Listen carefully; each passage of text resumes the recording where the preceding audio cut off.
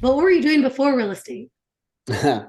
Well, it's when I talk about my previous life, I call it, people are often shocked. They're like, well, that's quite the transition. But I worked 15 years professionally in musical theater. So I Oh, was a wow.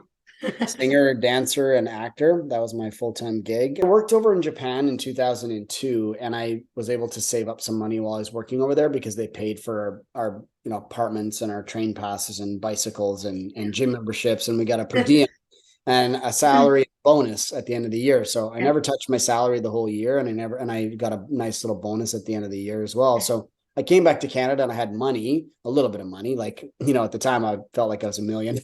Yeah, of course. But but yeah, it's a small amount of money. But I invested it, I bought a piece of property. I didn't really know what I was doing. Yeah.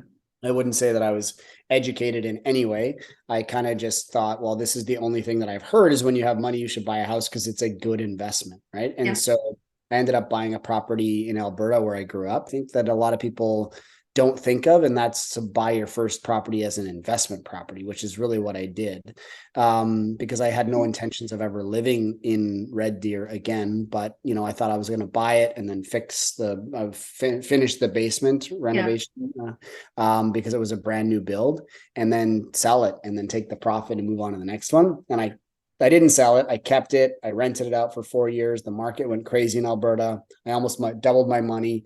And then I went and took that money and bought some property here in Ontario. Yeah. And that was really the catalyst for getting excited about being a real estate investor, because I was like, oh, I went from one property, and I, in 4 years later, I bought three in about 6 months.